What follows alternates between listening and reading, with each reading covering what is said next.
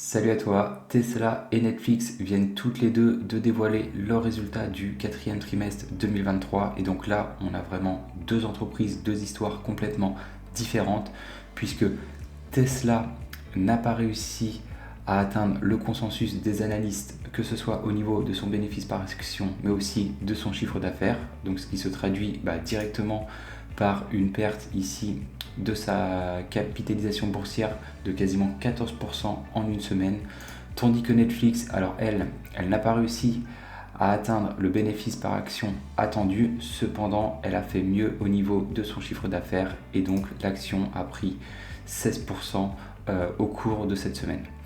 Donc on va essayer de regarder ensemble ce qui se trame pour ces deux entreprises et on va essayer en fin de vidéo de trouver un prix d'achat idéal pour les acheter. Donc pour Tesla, alors je suis allé directement ici sur leur site pour aller récupérer en fait cette petite présentation. Donc un point très important à revoir ici, c'est ça. En 2023, Tesla a livré 1,2 million de modèles Y, et ce qui en fait le véhicule le plus vendu au monde au cours de l'année 2023. Donc ça prend en compte à la fois les véhicules électriques, hybrides et thermiques. Donc c'est un excellent point. Ça veut dire qu'il y a de plus en plus quand même de personnes à aimer déjà à acheter de véhicules électriques. Et en plus, ils ont tendance à acheter chez Tesla plutôt que chez la concurrence. Ensuite, un autre point encore important, le free cash flow de l'entreprise reste relativement soutenu en 2023. Ok, et ce qu'ils font en fait, c'est qu'ils réutilisent au maximum leur free cash flow pour leur croissance future. Donc ils font beaucoup de dépenses en capital, ils investissent énormément aussi dans la recherche et le développement. La division énergie, donc le stockage de l'énergie, elle a plus que doublé cette année, donc ça c'est un excellent point.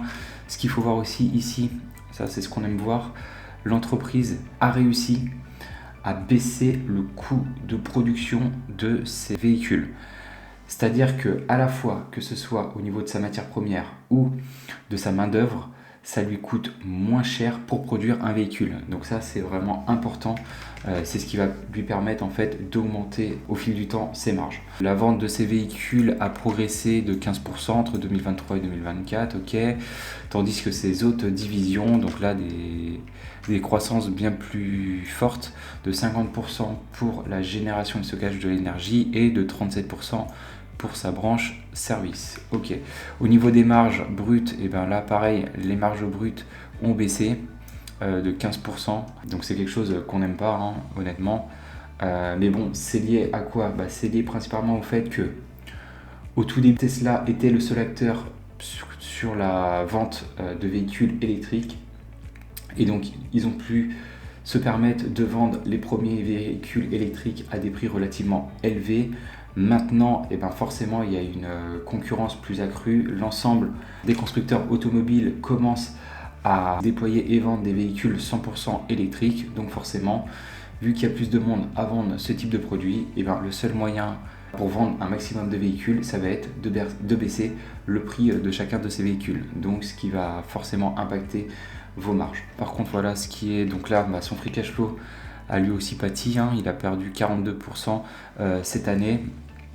Par contre, au niveau du cash qu'elle possède sur ses comptes en banque, on peut voir que ceux-ci ils ont augmenté de 31%, donc ce qui est un point relativement excellent. Pareil, comme on vous le disait tout à l'heure, ici, ces dépenses en capital qui ont augmenté de 24% au cours d'une année. Ok, donc maintenant, on va aller regarder en détail cette entreprise. Donc, comme on peut le voir ici, une croissance du chiffre d'affaires, ça c'est toujours bien. Une croissance du résultat net, nickel. Et une croissance du free cash flow au cours des 5 dernières années. Donc ça c'est cool. Ok, le retour sur les capitaux investis de l'entreprise. Donc ces retours qui sont tous ici. Ils sont encore relativement faibles, donc pour le ROIC là, juste ici. Cependant, l'entreprise réinvestit l'argent qu'elle possède pour accroître sa production future. Donc le retour sur les capitaux investis de Tesla risque d'augmenter au cours des prochaines années. Donc ce qui est relativement un bon point. Par contre, attention, l'entreprise dilue ses actionnaires. Au cours des 5 dernières années, il y a eu 18% d'actions en plus en circulation. Ok, donc les analystes, eux, ils s'attendent à quoi? Ils s'attendent à Une croissance du coup du bénéfice par action, ok, donc croissance relativement importante, et aussi une croissance ici du chiffre d'affaires aux alentours des allez, 18-19% annualisé. Ok, donc j'ai fait rapidement moi ces analyses, on estime tout ça, donc des analyses sur 10 ans ici. J'ai mis ici des marges, alors attention, j'ai mis des marges ici de 10% et 14%. Comme on a pu le voir actuellement, les marges de l'entreprise sont en train de s'éroder. Donc ces marges de 10% sont peut-être des marges qui ne seront jamais atteignables par l'entreprise. On analyse et qu'est-ce que ça nous donne? Et bien ça nous donne ces résultats. Donc comme on peut le voir et comme on pouvait s'en douter, quand on voit des ratios de valorisation aussi élevés, l'entreprise Tesla semble surévaluée. Comme on peut le voir, c'est très compliqué pour cette entreprise déjà d'estimer une croissance de son chiffre d'affaires, mais surtout quelles seront ses marges au cours des 10 prochaines années avec cette concurrence qui va s'intensifier. Donc personnellement, moi je trouve que Tesla est actuellement une entreprise bien trop surévaluée. Il y a trop d'incertitudes autour de cette entreprise. Donc pour ma part, je passe mon tour sur cette société. Maintenant, au niveau de Netflix. Alors Netflix nous a annoncé des choses bien plus intéressantes. Déjà une augmentation de son chiffre d'affaires de 12% cette année, comparé à 2022 qui n'était ici que de 6%. Donc c'est excellent. Elle a aussi réussi à augmenter ses marges opérationnelles. Donc elle était à 18% en 2022 pour passer à 21% cette année. Et elle s'attendait à réaliser des marges de, juste ici là, de 20%. Donc ça c'est excellent. L'entreprise croît son chiffre d'affaires et réalise des marges de plus en plus importantes. Ok. Maintenant, vite fait au niveau de son chiffre d'affaires. Donc comme on peut le voir ici, donc une croissance. Donc là c'est au chiffre d'affaires trimestriel. Donc une croissance de 12% entre le Q4 2022 et le quatrième trimestre de cette année. Ok.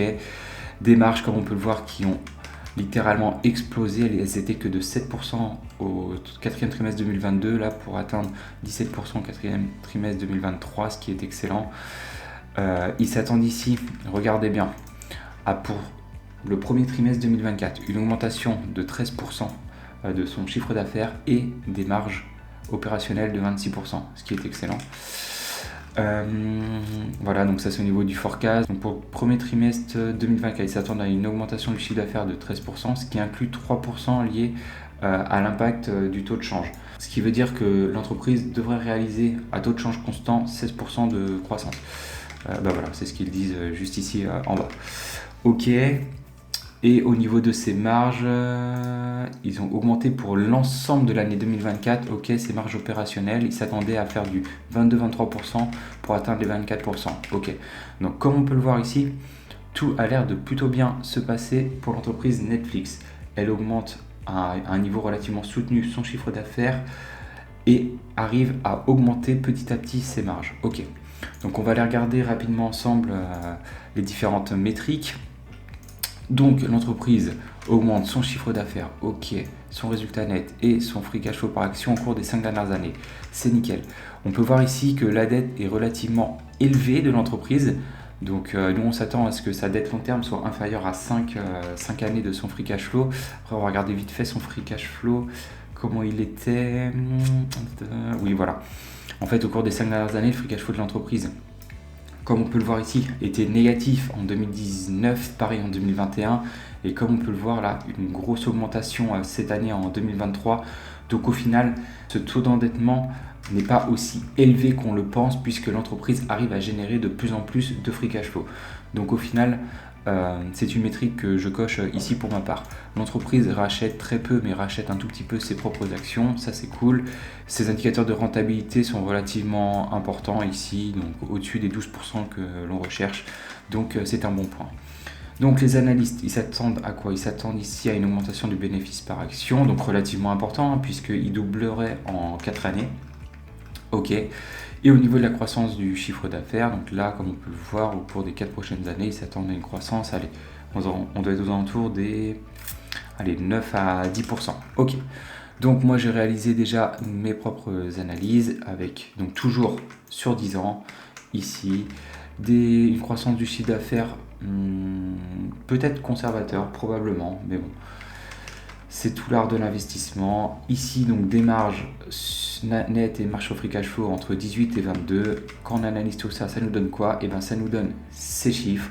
Donc comme on peut le voir, l'entreprise Netflix semble elle aussi surévaluée. Mais personnellement, c'est une entreprise que je préfère de loin à l'entreprise Tesla. Moi, je vais juste ici changer mon prix sur ma watchlist. Donc du coup, je vais mettre à 335 et je continuerai de réaliser des analyses un peu plus approfondies sur cette entreprise. C'était Maxime, on se retrouve dans une prochaine vidéo. Ciao!